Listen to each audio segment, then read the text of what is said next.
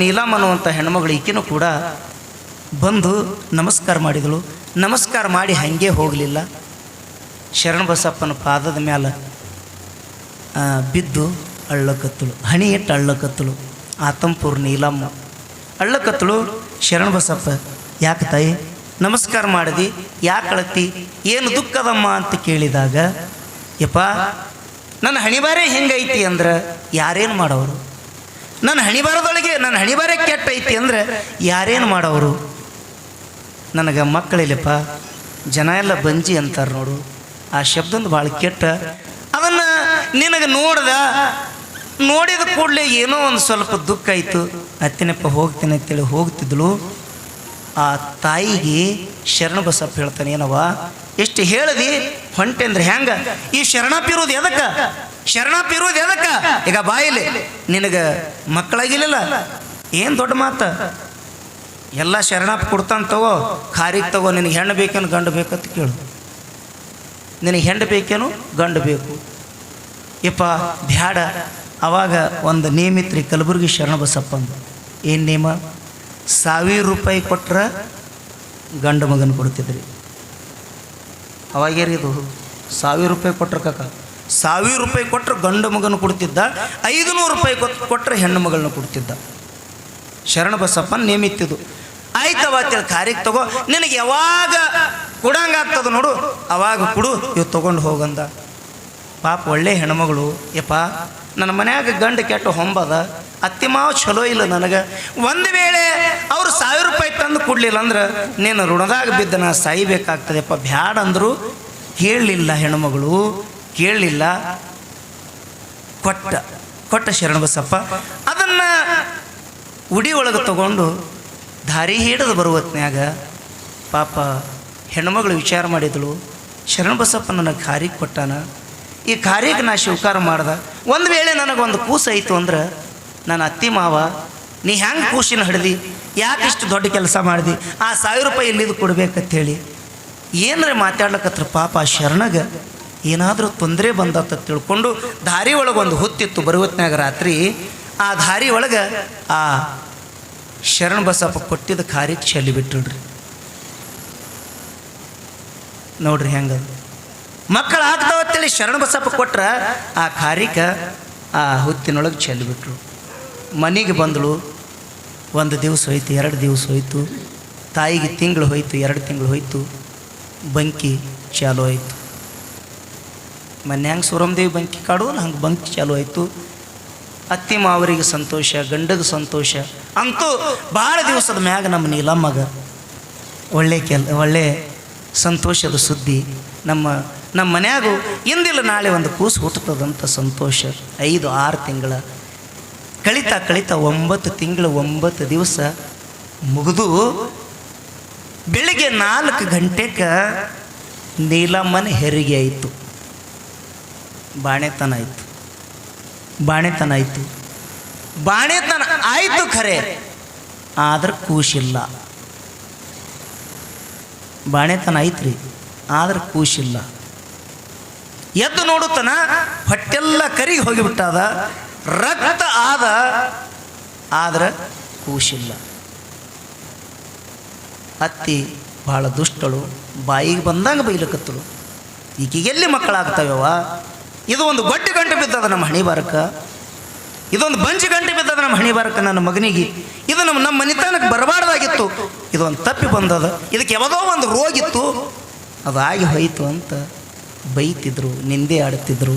ಪಾಪ ಹಾಗೆ ಅಳ್ತಿದ್ದಳು, ಮತ್ತು ಅದನ್ನು ನೋವು ಮರಿತಿದ್ದಳು. 1 ವರ್ಷ ಪೂರ್ತಿ ಆಯ್ತು ರೀ. 1 ವರ್ಷ ಪೂರ ಮುಗಿತು. 2ನೇ ವರ್ಷಕ್ಕೆ ಪ್ರವೇಶ ಆಯಿತು. ಶರಣಬಸಪ್ಪ ಕರು ಆಯಿತು. ಕಲಬುರಗಿ ಒಳಗೆ ಶರಣಬಸಪ್ಪ ಕರು ಆಯಿತು. ಹಿಂದೆ 1.5 ವರ್ಷದ ಹಿಂದೆ ನಾನು ನೀಲಮ್ಮಗ ಖಾರಿಗೆ ಕೊಟ್ಟಿದ್ದೆ. ಆಕೆಗೆ ಬಹುಶಃ ಮಗ ಆಗಿರಬೇಕು. ಆ ಮಗನ ಮೋಹದೊಳಗೆ ಬಹುಶಃಕ್ಕೆ ಮರ್ತಿರಬೇಕು. ನಮಗೆ ದಾಸೋಗಕ್ಕೆ ದುಡ್ಡು ಕಂಬಿದ್ದದ, ಹೋಗಿ ಇಸ್ಕೊಂಡು ಬರಬೇಕಂತೇಳಿ ಆತಂಪುರಕ್ಕೆ ಬಂದರ್ರಿ ಕಲಬುರಗಿ ಶರಣಬಸಪ್ಪ. ಶರಣಬಸಪ್ಪ ಸ್ವತಃ ತಾನೇ ಬಂದ. ಬರುತನ ನೀಲಮ್ಮನ ಮಾವ ಅತ್ತಿ ಕಟ್ಟಿ ಮೇಲೆ ಕೂತಿದ್ರು. ಶರಣಬಸಪ್ಪಗೆ ನೋಡಿದ್ರು. ಓಹೋಹೋ ಶರಣರ ಯಾಕ್ರಿ ನಮ್ಮ ಮನೆಗೆ ಬಂದಿರಲ್ಲ, ಯಾಕೆ ಬಂದಿರಿ? ನಾವು ಕರಿಲಾರದೆ ನಮ್ಮ ಮನೆಗೆ ಬಂದಿರಿ, ಬರ್ರಿಪ್ಪ ಕುಂದಿರಿ ಅಂದಾಗ, ಏನಿಲ್ಲ ನಿಮ್ಮ ಮನೆಗೆ ನಾವು ಮುದ್ದಾಂ ಬಂದಿದ್ದೆವು. 1.5 ವರ್ಷದ ಹಿಂದೆ ನಿಮ್ಮ ಸೊಸಿ ನಮ್ಮ ಕಡೆಯಿಂದ ಪ್ರಸಾದ ತಗೊಂಡು ಬಂದಾಳ, ಅದನ್ನು ಅದು ಮುಟ್ಟಿಸ್ಬೇಕಾಗ್ಯದ, ನೀವು ಬಂದು ಮುಟ್ಟಿಸಿಲ್ಲ, ಅದಕ್ಕೆ ನಾವು ಸ್ವತಃ ನಾವೇ ಒಯ್ಬೇಕಂತ ಬಂದಿದ್ದೆವು, ಅದನ್ನು ಕಾಣಿಕೆ ಕೊಟ್ಟು ಬಿಡ್ರಿ ನಾವು ಹೋಗ್ತೀವಿ ಅಂದ್ರೆ ಶರಣಬಸಪ್ಪನವರು. ಆವಾಗ ಅತ್ತಿ ಅಂದಳು, ಮಾವಂದ ಯಾವ ಕಾರ್ಯಕ್ಕ ಯಾವ ಕೂಸ ನಮ್ಮ ಸೊಸಿಗೆ ಬಾಣತಾನ ಆಗಿಲ್ಲ, ಏನಿಲ್ಲ, ನೀ ಯಾವಾಗ ಕೊಟ್ಟಿದ್ದಪ್ಪ, ಯಾರ ಮನೆಗೆ ಯಾರು ಸೊಸೆ ಕೊಟ್ಟಿದ್ದು ನೋಡು, ನೀ ಹಾದಿ ತಪ್ಪಿ ಬಂದಿರಬಹುದು ಅಂದ್ರೆ ಇವರು. ಶರಣರು ಅನ್ನೋದು ಯಾರಿಗೆ ಇವಕ್ಕೇನು ಗೊತ್ತ್ರಿ, ಇವು ರಾಕ್ಷಸರಂಗಿದ್ದೀವಿ, ಶರಣರ ಫ್ರೆಂಡ್ ಗೊತ್ತಾಗಲ್ರಿ. ಶರಣರ ಸಂತರನ್ನು ಭಾಳ ಮಂದಿಗೆ ಗೊತ್ತಾಗಂಗಿಲ್ಲ, ಸುಮ್ಮ ಇದ್ದಿರ್ಬೇಕು ನಮ್ಮಂಗಂತ ತಿಳ್ಕೊತಾರೆ. ನೀ ಯಾರಿಗಾರೆ ಕೊಟ್ಟಿರಬೇಕು. ನಮ್ಮ ಸೊಸಿಗೆ ಬಾಣೆತನ ಆಗಿಲ್ಲ ಅಂದಾಗ ಸ್ವತಃ ನೀಲಮ್ಮನ್ನು ಕರೆಸಿ ದೀರ್ಘಕ್ಕೆ ಹಚ್ಚಿ ಕೇಳಿದಾಗ, ಯವ್ವ ನಾ 1.5 ವರ್ಷದ ಹಿಂದೆ ನಿನಗೆ ಖಾರಿಕ ಕೊಟ್ಟಿದ್ದಲ್ಲ, ಆ ಖಾರಿಕ ಏನು ಮಾಡಿದಿ ಅಂತ ಕೇಳಿದಾಗ ಸತ್ಯ ಹೇಳಬೇಕಾಯಿತು. ನೋಡಿಪ್ಪ, ನೀ ಖಾರಿಕ ಕೊಟ್ಟಿಲ್ಲ, ನನ್ನ ಗಂಡ ನನ್ನ ಮಾತು ಕೇಳಂಗಿಲ್ಲ, ಅತ್ತಿ ಮಾವ್ರು ನನಗೆ ಸೇರಿಕೆ ಆಗಂಗಿಲ್ಲ, ಅದಕ್ಕೆ ನಿನ್ನ ಖಾರಿಕದಿಂದ ನನಗೆ ಸಂತಾನ ಐತಂದ್ರೆ ಅದು ನಿನಗೆ ಏನಾದರೂ ತೊಂದರೆ ಬಂದತ್ತ ತಿಳ್ಕೊಂಡು ಆ ಖಾರಿಕ ದಾರಿ ಒಳಗೆ ಹುತ್ತಿನೊಳಗೆ ಚೆಲ್ಲಿ ಬಂದೀನಿ ಅಂದಳಾಕಿ. ಹುತ್ತಿನೊಳಗೆ ಚೆಲ್ಲಿ ಬಂದೀನಿ ಅಂದಾಗ, ಏನವ್ವ ತಾಯಿ, ಮಕ್ಕಳು ಬೇಡದವರಿಗೆ ಸಿಗಂಗಿಲ್ಲ, ನಿನಗೆ ಚಾಣಕ್ಯ ಅಂಥ ವರ ಸಿಕ್ಕಿತ್ತು, ಏನವ್ವ ಎಂಥ ಕೆಟ್ಟ ಕೆಲಸ ಮಾಡಿದಿ, ಎಲ್ಲೆದು ಹೊತ್ತತ್ತ ತಿಳ್ಕೊಂಡು ಆ ನೀಲಮ್ಮ ಅತ್ತಿ ಮಾವ ಜೊತೆಗೆ 100 ಜನರನ್ನು ಕರ್ಕೊಂಡು ಆ ಹುತ್ತಿನ ಬಲ್ಯಕ್ಕೆ ಬಂದು ಆ ಹುತ್ತೆಲ್ಲ ಅಗಳಿಸಿ ಅದರೊಳಗೆ ಹಾಲು ಹಾಕಿ ಹುತ್ತು ಅಗಳಿಸಿ ನೋಡಿದ್ರೆ ನಿಮಗೆ ವಿಚಿತ್ರ ಹೇಳಬೇಕಂದ್ರೆ ಆ ಹುತ್ತಿನೊಳಗೆ ಏನಾಗಿತ್ತಂದ್ರೆ 8 ತಿಂಗಳ ಶಿಶುವ ಕೈಕಾಲು ಬಿಚ್ಚಿ ಆಡ್ತಿತ್ತು ಅಂತ ಶರಣಬಸವೇಶ್ವರ ಚರಿತ್ರೆ ಒಳಗೆ ಬರ್ತದ. ಕೈಕಾಲು ಬಿಚ್ಚಿ ಆಡ್ತಿತ್ತು. ಯಾವಾಗ ಹುತ್ತೆಲ್ಲ ಅಗಳಿಸಿ ಆ ಕೂಸಿನ ಕೈ ಹಾಕಿ ಹೆಂಗೆ ಶರಣಬಸಪ್ಪ ಎತ್ತು ಹೊತ್ನ್ಯಾಗ ಆ ಕೂಸಿನ ತೆಳಗ ಹುತ್ತನಾಗ ಏನಿರ್ತಾವ್ರಿ, ಹುತ್ತನಾಗ ಏನಿರ್ತಾವ ಹಾವು ಇರ್ತಾವ. ಅತ್ತಾರ ನೋಡಿಲ್ರಿ, ಎಂಥ ಹುತ್ತನಾಗ ಎಂಥ ಹಾವು ಇರ್ತದ ಗೊತ್ತಿಲ್ಲ ತಾರ ನೋಡ್ರಿ. ಹಾವಿತ್ತು. ಆ ಶರ್ಪ ಇಲ್ಲಿ ಹ್ಯಾಂಗ, ನೀವೆಲ್ಲ ಜೈಂಟ್ ನೋಡ್ಕೋರಿ, ಮಾತಿನ ಜೈಂಟ್. ಇಲ್ಲಿ ಹ್ಯಾಂಗ ಅಕ್ಕಮಾಯವಾಗ ನಾಗಶೇಷಿ ಹ್ಯಾಂಗ ಶರ್ಪ ಬೀರದೇವ್ರಿಗೆ ಕೊಡಲಾಗ್ಯದೋ ಹಂಗೆ ಇಲ್ಲಿ ಕಲಬುರಗಿ ಶರಣಬಸಪ್ಪ ಕೂಸಿನ ಎತ್ತಬೇಕಂದ್ರೆ ಇಲ್ಲಿ ಕೂಡ ಶರ್ಪ ಆ ಕೂಸಿನ ಕಾಲು ಹಿಡಿದು ಜ್ಯೋತಿ ಬಿದ್ದದ. ಕೂಸಿನ ಕಾಲು ಹಿಡಿದು ಜ್ಯೋತಿ ಬಿದ್ದು ಅವಾಗ ಶರಣಬಸಪ್ಪ ಹೇಳ್ತಾನೆ, ಏನಾಗಿಶ ಈ ಕೂಸಿಗೆ ಯಾಕೆ ಹಿಡಿದಿದಿ, ಈ ಕೂಸಿಗೆ ನೀ ಹೆಂಗೆ ಜೋಪಾನ ಮಾಡ್ತಿದ್ದಿ, ನಿನ್ನಂಗೆ ಹುತ್ತಿನೊಳಗಿರ್ಲಕ್ಕ ಅದಕ್ಕೇನು ನಿನ್ನಂಗೆ ಶರ್ಪ್ ಮಾಡಿದೇನು, ಅವ ಮನುಷ್ಯ ಆಗಬೇಕು, ಮುಂದೆ ಬೆಳೆದು ದೊಡ್ಡವಾಗಬೇಕು, ಅವನ ಕೀರ್ತಿ ಬೆಳಿಬೇಕು ಜಗತ್ತಿನೊಳಗೆ, ನೀ ಬಿಡು ಆ ಕೂಸಿನ ಕಾಲು ಬಿಡು, ಒಂದು ವೇಳೆ ನಿನಗೆ ನೋಡಂಗ ಆಯಿತು ಅಂದ್ರೆ ನನ್ನ ಮಠಕ್ಕೆ ಬಂದು ನೋಡು ಅಂತ ಶರ್ಪಿಗೆ ಹೇಳಿದರು. ಆಗ ಶರಣಬಸಪ್ಪ ಇದ್ದ ಕಾಲಕ್ಕೆ ಆ ಶರ್ಪ ಅದರ ಆವೇಶ ಇರೋ ಮಠ ಆ ಕೂಸಿನ ನೋಡ್ಲಕ್ಕ ಪ್ರತಿ ಅಮಾವಾಸ್ಯೆ ರಾತ್ರಿ ಬಂದು ಕೂಸಿಗೆ ನೋಡಿ ಹೋಗ್ತಿತ್ತಂತೇಳಿ ಶರಣಬಸವೇಶ್ವರ ಚರಿತ್ರೆ ಒಳಗೆ ಬರ್ತದೆ. ಹಂಗೆ ಇಲ್ಲಿ ಅಕ್ಕಮಾಯವ ಹೋಗಿ ತೊಟ್ಟಿಲು ಬಿಚ್ಚಬೇಕಂದ್ರೆ ಆ 7 ಅಡಿ ಶರ್ಪ ಅಕ್ಕಮಾಯವಾಗ ಕಚ್ಚಲಕ್ಕೆ ಬಂತು. ಅವಾಗ ಅಕ್ಕಮಾಯವ ಕೈ ಮುಗಿದು ಹೇಳ್ತಾನೆ, ಹೇ ನಾಗೇಂದ್ರ, ಈ ಕೂಸಿನ ನನ್ನನ್ನು ಕೊಡುವಪ್ಪ, ನಿನಗೆ ಜೋಪಾನ ಮಾಡ್ಲಿಕ್ಕೆ ಬರಂಗಿಲ್ಲ, ಯಾಕಂದ್ರೆ ನೀನು ಈ ಅಡವಿ ಅರಣ್ಯದೊಳಗಿರ್ಬೋದು, ಹುತ್ತಿನೊಳಗಿರ್ಬೋದು, ಆದರೆ ಆ ಕೂಸು ಬೆಳೆದು ದೊಡ್ಡವಾಗಬೇಕು, ಆ ಕೂಸಿನ ನನ್ನ ಕೊಡುವಂದಾಗ ಒಂದು ವೇಳೆ ಆ ನಾಗೇಂದ್ರ ಕೇಳ್ತಾನೆ, ಒಂದು ವೇಳೆ ಈ ಕೂಸಿನ ನೀವು 5 ಜೋಪಾನ ಮಾಡ್ದಿ ಅಂದ್ರೆ, ಆ ಕೂಸಿನ ಬೆಳೆಸಿದಿ ದೊಡ್ಡವ ಮಾಡಿದೆ ಅಂದ್ರೆ ಆ ಕೂಸಿನ ಪುಣ್ಯ ನಿನಗೆ ಹತ್ತದ, ನನಗೇನು ಛಾಜತ್ ಅಂದ ನಾಗೇಂದ್ರ ಕೇಳ್ತಾನೆ. ಆಗ ಅಕ್ಕಮಾಯವ ಹೇಳ್ತಾಳೆ, ನಿನಗೇನು ಚಾರ್ಜ್ ಕೊಡ್ತೀನಿ ಅಂದ್ರೆ ಇವತ್ತು ಈ ಶಿಶುವಿಗೆ ನನ್ನ ಒಡೆಯಾಗ ಹಾಕದಿ ಅಂದ್ರೆ ಸೂರ್ಯಚಂದ್ರ ಇರುತ್ತಾನ, ನೆಲಗಂಗಿ ಹರಿಯುತ್ತಾನ, ಪಾರೊಂದು ಪೋರಿ ಇರುತ್ತಾನ. ಈ ಜಗತ್ತಿನೊಳಗ ನಾಡ ಮೇಲಿನ ನಾರೇನೆಲ್ಲ ಕರೆಸಿ ವರ್ಷಕ್ಕೊಮ್ಮೆ ನಾಗರ ಪಂಚಮಿ ಹಬ್ಬಕ್ಕೆ ನಿನ್ನ ಹುತ್ತಿಗೆ ಹಾಲು ಎರಿತೀನಿ ಅಂತ ಹೇಳಿ ಆಗ ಭಾಷೆ ಕೊಟ್ಟಳು. ಅವಾಗ ಏರಿದ ನಾಗರ ಪಂಚಮಿ ಹಬ್ಬ ನಾಡಿಗೆ ದೊಡ್ಡದು. ಇದು ಬಂದಿದ್ದು ಅಕ್ಕ ಮಾಯವನದಿಂದ. ಹೆಂಗೆ ಹಂಗ್ರಿ ಅಟ್ಟು ಸುಳ್ಳೆ ಹೇಳ್ತೀರೇನೋ ಅಂತ ಅನ್ಬೋದು. ಅಕ್ಕ ಮಾಯವ ಯಾವ್ರ ಅವತಾರ? ವಿಷ್ಣುನ ಅವತಾರ. ಅಂತ ಅಕ್ಕ ಮಾಯವ ಆ ಕೂಸಿನ ತೆಳಗಿಳಿಸಿ ತಂದಳು. ತೆಳಗಿಳಿಸಿ ತಂದಾಗ ಆ ಕೂಸಿನ ರೂಪಲಾವಣ್ಯ ನೋಡಿ, ಆ ಕೂಸಿನ ಚೆಲುವಿಕೆ ನೋಡಿ ಅಕ್ಕ ತಂಗಿಯರ ಮಧ್ಯದೊಳಗೆ ಕದನ ಶುರುವಾಯಿತು. ಅಲ್ಲೇ ರೀ ಇದು ಅರಣ್ಯದೊಳಗೆ ಅಕ್ಕವ ಮತ್ತು ಮಾಯವನ ಮಧ್ಯದೊಳಗೆ ಕದನ ಶುರುವಾಯಿತು. ಅಕ್ಕವಂತಾಳ, ಈ ಕೂಸಿನ ಅಳು ಧ್ವನಿ ಮೊದಲು ನಾ ಕೇಳ್ದಕ್ಕಿ, ಈ ಕೂಸು ನನಗೆ ಕೊಡಬೇಕಂತ ಅಕ್ಕಿ. ಈ ಕೂಸಿನ ಕಂಚಾಳ ಮರದ ಎಲೆಯೆಲ್ಲ ಹರಿದು ಕಂಟೆಲ್ಲ ಕಡಿದೋಗದು. ಆ ಕೂಸಿನ ನಾಗೇಂದ್ರ ಅವನ ಕಡೆಯಿಂದ ನಾನು ಎಷ್ಟೋ ಕಷ್ಟಪಟ್ಟು ಅವನಿಗೆ ಒಂದು ವರ ಕೊಟ್ಟು ಅವನ ಕಡೆಯಿಂದ ತಗೊಂಡು ಬಂದಾಕಿ. ನಾ ಈ ಕೂಸು ನನಗಂತ ಇಬ್ಬರು ಜಗಳೇ ಆಡ್ತಿದ್ರು. ಅವರು ಜಗಳೇ ಆಡೋ ಹೊತ್ನ್ಯಾಗ ಎರಳಿ ಗುಂಪಿ ರಾಯಣ್ಣ ಅಂತ ಒಬ್ಬ ಬರ್ತಾರೆ. ಅವರು ಬಂದು ಈ ಕೂಸಿನ ಸಲುವಾಗಿ ಇಬ್ಬರು ಯಾಕೆ ಜಗಳಾಡ್ತೀರವ? ಜಗಳಾಡಬೇಡ್ರಿ, ನಿಮಗೊಂದು ಉಪಾಯ ಹೇಳ್ತೀನಿ. ಈ ಕೂಸಿನ ತೊಟ್ಟಿನ ಒಯ್ದು 3 ಕಣ್ಣಿನ ಹುತ್ತಿನ ಮೇಲೆ ಇಡ್ತೀನಿ. ಆ 3 ಕಣ್ಣಿನ ಹುತ್ತಿಗೆ ನೀವು ಸುತ್ತು ಹೊಡೀರಿ. ಯಾರ ಎದೆ ಹಾಲ ಆ ಕೂಸಿನ ಬಾಯಿ ಒಳಗೆ ಬೀಳ್ತಾವಲ್ಲ ಅವರಿಗೆ ಈ ಕೂಸು ಒಪ್ಪಿಸ್ತೀನಿ ಅಂತ. ಆ ಕೂಸು ಸಲ್ತದಂದಾಗ ಆಯ್ತ ತಿಳ್ಕೊಂಡು ಆ ಕೂಸಿನ ತೊಟ್ಟಿಲು ಒಯ್ದು ಆ 3 ಕಣ್ಣಿನ ಹುತ್ತಿನ ಮೇಲೆ ಇಟ್ಟರು. ಮೊದಲ ಅಕ್ಕವ್ವ ಅಂದ್ರೆ ದೊಡ್ಡಾಕಿ, ಅಕ್ಕವ್ವ ದೊಡ್ಡಾಕಿ 3 ಸುತ್ತ ಹಾಕಿದಳು. ಆ ತಾಯಿ ಎದೆ ಹಾಲು ಬೀಳಲಿಲ್ಲ. ಆಗ ಮಾಯಮ್ಮನ ಸರ್ತಿ ಬಂತು. ಮಾಯಮ್ಮ 1 ಸುತ್ತ ಹಾಕಿದಳು, 2 ಸುತ್ತ ಹಾಕಿದಳು. 3ನೇ ಸುತ್ತ ಒಂದು ಹೆಜ್ಜೆ ಇಡುವುದ್ರೊಳಗ ತಾಯಿ ಎದೆಯನ್ನು ಬಿಗಿದು ಆ ಕೂಸಿನ ಬಾಯಿ ಒಳಗ ಹಾಲು ಬಿದ್ದು ಹೊರಗೆ ಚೆಲ್ದು ಅಂತ ಪುರಾಣಕಾರರು ಸ್ಪಷ್ಟವಾಗಿ ತಿಳಿಸ್ಯಾರ. ಸದ್ಗುರು ಬೀರಲಿಂಗೇಶ್ವರ ಮಹಾರಾಜ್ ಕಿ ಜೈ. ತರಕ್ ಬತ್ತೇನ್ರಿ ನಾ ಶುರುವಿಂದಿನ ಹೇಳಿದ ಮಾತು. ಹಂಗ್ಯಾಂಗ ಲಗ್ನ ಇಲ್ಲ ಏನಿಲ್ಲ ಅಣ್ಣ, ಅಟ್ಟು ಸುಳ್ಳು ಹೇಳ್ತೇನೆ ಅಂತೀರಿ ನೀವು. ಅಟ್ಟು ಸುಳ್ಳು ಹೇಳ್ತೇನೋ ಹಂಗ್ಯಾಂಗ? ಅದಕ್ಕೆ ಮೊನ್ನೇನು ಹೇಳಿದ ನಿಮಗೆ, ನೀನು ಒಲಿದರೆ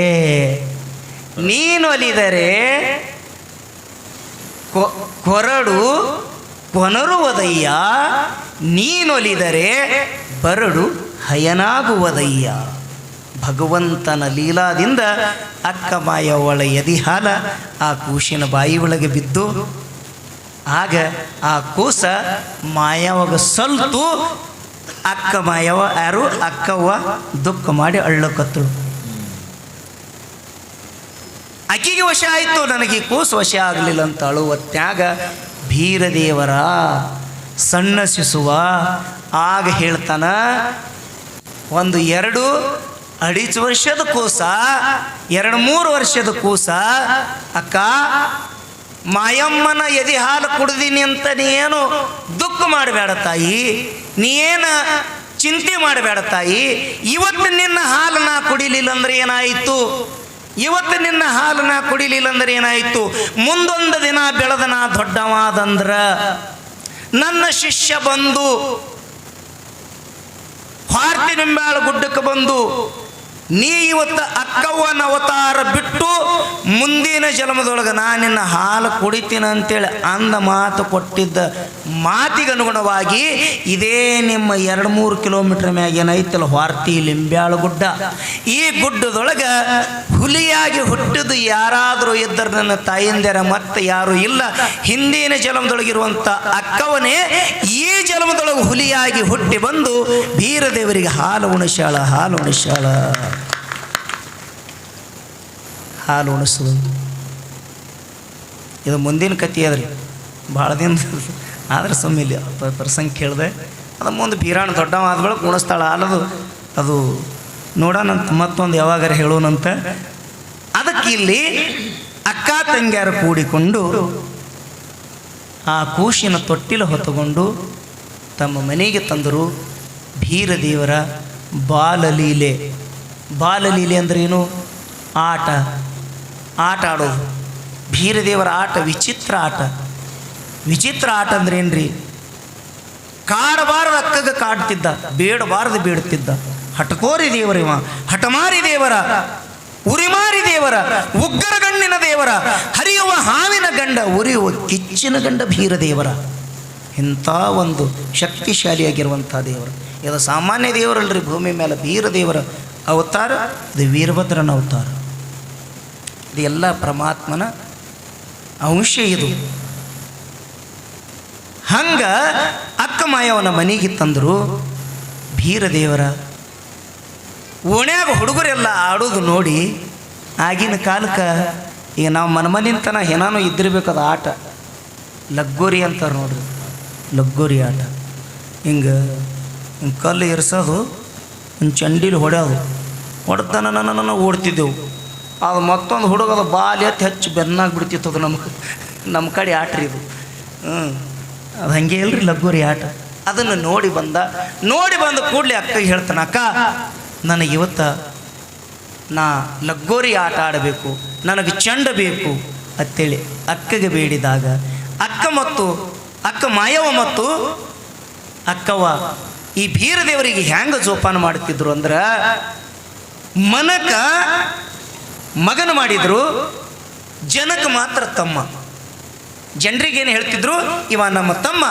ಆದ್ರೆ ಮನುಷ್ಯನೊಳಗೆ ಸ್ವತಃ ಹುಟ್ಟಿದ ಮಗ. ಮನಕ ಮಗನ ಮಾಡಿ ಜನಕ ತಮ್ಮನ ಮಾಡಿ ಸಂರಕ್ಷಣೆ ಮಾಡ್ತಿದ್ರು. ಚೆಂಡಿನ ಆಟ ಆಡಬೇಕಂತ ಹಠ ತೊಟ್ಟಾಗ ಕಂಬಾರ ಕಾಳಣ್ಣನ ಮನೆಗೆ ಹೋಗಿ ಆ ಮುತ್ತಿನ ಚೆಂಡ ಮಾಡಿಸಿ ತಂದು ಬೀರದೇವರ ಕೈಯಾಗ ಲಗ್ಗೋರಿ ಮತ್ತು ಚೆಂಡ ಕೊಟ್ಟಾಗ ಬೀರದೇವರ ಹುಡುಗರ ಜೊತೆ ಕೂಡಿ ಓಣ್ಯಾಗ ಆ ಚೆಂಡಿನ ಆಟ ಆಡುವ ಹೊತ್ನ್ಯಾಗ ಅಲ್ಲಿ ಒಂದು ಪವಾಡ ನಡೀತದೆ. ಇದು ಬಾಲಲೀಲೆ ಅಂತಾರಲ್ಲ, ಬಾಲಲೀಲೆ. ಬೀರದೇವರ ಚೆಂಡ ಆಡುವ ಹೊತ್ನ್ಯಾಗ ಹಿರೇಕುರವರ ಹೇಮಣ್ಣನ ಮಗ ಒಂದು ಸಣ್ಣ ಕೂಸು ಬೀರದೇವರ ವಾರಿಗೆ ಇತ್ತು. ಆ ಚೆಂಡ ಆಡುವ ಹೊತ್ನ್ಯಾಗ ಆಡ್ಕೋತ ಹೋಗುವ ಹೊತ್ನ್ಯಾಗ ಆ ಕೂಸಿಗೆ ತೆಲಿಗೆ ಚೆಂಡ ಬಡಿದು ಏನು ಚೆಂಡ ಬಡಿತಲ್ಲ, ಆ ಕ್ಷಣದೊಳಗೆ ಕೂಸ ಪ್ರಾಣ ಹೋಗಿ ಸತ್ತು ಹೋಗಿಬಿಡ್ತದೆ. ನೆಲಕ್ಕೆ ಬಿದ್ದು ಪ್ರಾಣ ಹೋಗಿ ಬಿಡ್ತು. ಎಲ್ಲ ಓಣೇನ ಜನ ಎಲ್ಲ ಗ್ವಾಳೆ ಆಯಿತು. ಎಲ್ಲರೂ ಕೂಡಿ ಬೀರದೇವರ ಅಂದ್ರೆ ಅಕ್ಕ ಮಾಯವನ ಮನೆಗೆ ಬಂದು ಮಾಯಮ್ಮಗ ಬಾಯಿಗೆ ಬಂದಂಗೆ ಬೈಲಕತ್ತರು. ಬೀರದೇವರು ಸುಮ್ಮನೆ ನಿಂತಿದ್ದ. ಇದು ಕೂಸು ಎಷ್ಟು ಕಿಡಿಗೇಡ್ಯದ, ಇದು ಎಷ್ಟು ಕೆಟ್ಟದ ಕೂಸ, ನಮ್ಮ ಕೂಸಿನ ಪ್ರಾಣ ತೆಗಿತ್ತು ಅಂಥೇಳಿ ಎಲ್ಲರೂ ಒಂದು ಸೌನು ಬೈಯುವತ್ನ್ಯಾಗ ಬೀರದೇವರ ಅವನಿಗೇನಾಗಿಲ್ಲ, ನನ್ನ ಜೋಡಿ ಆಡಿ ಅವ ಸುಸ್ತಾಗಿ ನಮ್ಮ ಮಕ್ಕೊಂಡನ ತಿಳ್ಕೊಂಡು ಹೊಳ್ಳಿ ಬಂದು ತನ್ನ ಬಾಲ್ಯದೊಳಗೆ ಇದು ತನ್ನ ಬಟವಾದೊಳಗಿನ ಭಂಡಾರ ತಗೊಂಡು ಸಣ್ಣ ಹುಡುಗರು ಇರ್ತಾವೆ ನಮ್ಮ ಪೂಜಾರಿಗಳ ಮನ್ಯಾಗ ರೀ. ಸಣ್ಣ ಇರ್ತಾವೆ, ಇಷ್ಟು ಭಾಳ ಒಳ್ಳೆ ಸಂಸ್ಕಾರ ಇರ್ತಾವೆ ಒಂದೊಂದು ಮನ್ಯಾಗ. ಒಂದೊಂದು ಸಣ್ಣ ಹುಡುಗರು ಭಂಡಾರಸ್ತಿರ್ತಾವೆ. ನಿಮ್ಮ ಏನು ಪೂಜೆ ಮಾಡ್ತೀರಿ ನಿಮ್ಮ ಮನ್ಯಾಗ. ಹಂಗೆ ಬೀರದೇವರ ಬಾಲ್ಯದೊಳಗೆ ಆ ಭಂಡಾರ ಬಟವಾದೊಳಗಿನ ಭಂಡಾರ ತೆಗೆದು ಹ್ಯಾಂಗೆ ಆಗಾಳೆ ನಮಗೆ ಪೂಜಾರಿಗಳು ಬಂದು ಹಣಿ ಮ್ಯಾಲ ಭಂಡಾರ ಹಚ್ಚಿ ಬೆನ್ನಾಗ ಆಶೀರ್ವಾದ ಮಾಡಿದ್ರಲ್ಲ, ಹಂಗೆ ಬೀರದೇವರ ಆ ಹಿರೇಕುರುಬ ಹೇಮಣ್ಣನ ಮಗನಿಗೆ ತಲೆ ಮ್ಯಾಲ ಕೈ ಇಟ್ಟು ಮೈ ಮ್ಯಾಲ ಕೈ ಆಡಿಸಿ ಆ ಕೂಸಿಗೆ ತಲೆ ಮ್ಯಾಲ ಕೈ ಇಟ್ಟು ಹಣಿ ಮ್ಯಾಲ ಭಂಡಾರ ಹಚ್ಚಿದ್ರೆ ಆ ಕೂಸ ಏನು ಸತ್ತು ಹೋಗಿತ್ತಲ್ಲ ಕೂಸ, ಅದು ಹ್ಯಾಂಗ ಎದ್ದು ಅಂದ್ರೆ ಮನಗೇದ ಕೂಸಿ ಹ್ಯಾಂಗೆ ಹೇಳ್ತದಲ್ಲ ಹಂಗೆ ಕೂಸು ಎದ್ದು ಕೂತು ಬಿಡ್ತು. ಹಂಗೆ ಈ ಬೀರದೇವರ ಹಲವಾರು ಲೀಲೆಗಳನ್ನು ಮಾಡ್ತಾ ಹೊಂಟಾನ. ಇನ್ನು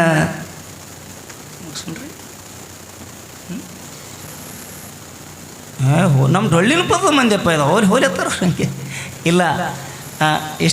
ಇಷ್ಟು ನನ್ನ ಮಾತು ಕೇಳ್ರಿ. ಕೊನೆದಾಗ ಏನೋ ಒಂದು 5 ನಿಮಿಷ ಮಾತಾಡ್ತೀನಿ. ಆದ್ರೆ ಇಂಥ ಒಂದು ಒಳ್ಳೆಯ ಕಾರ್ಯಕ್ರಮದೊಳಗೆ ನಾವು ಪ್ರವೇಶ ಆಗಿದ್ದೀವಿ. ನಮ್ಮ ಯಾರೋ ಒಬ್ರು ಕಾಕವ್ರು ಮಾತಾಡ್ತೀರಿ, ಎಲ್ಲಿ ಹೋಯ್ತು ಮುದುಕದು ಹೇಳಕ್ಕೆ ಬರಲ್ಲ ಪಾಪ, ಏನು ಮಾಡ್ತಾರೆ. ಅಂದ್ರೂ ಚಲೋ ಯಪ್ಪ ನೀ ಯಾವುದ್ಯಾರ ಕಾಳಜಿನೇ ಬೇರೆ ನಿಮ್ಮ ಸ್ವಸ್ಥ್ಯರ ಕಾಳಜಿನೇ ಬೇರೆ ಆಗಳ ಹೇಳಿನಲ್ಲ ಹಂಗವ ನಮ್ಮ ಪರಿಸ್ಥಿತಿ. ಈಗ ಕಾಕವರು ಈ ಕಾರ್ಯಕ್ರಮ ಉದ್ದೇಶ ಒಂದು ಸ್ವಲ್ಪ ಏನು ಮಾತಾಡ್ತಾರೆ, ಆಮ್ಯಾಲ ನಿಮಗೆಲ್ಲರಿಗೂ ಒಂದು ಮಾತು ಕೊನೆಯದಾಗಿ ಹೇಳಿ ಈ ಕಾರ್ಯಕ್ರಮಕ್ಕೆ ಇವತ್ತಿನ ದಿನ ಮಹಾಮಂಗಲ ಮಾಡುವುದು ಇನ್ನೂ 10 ನಿಮಿಷ ಕಾಲ 10 ತನಕ ಹೇಳೋಣ ಅಂತ.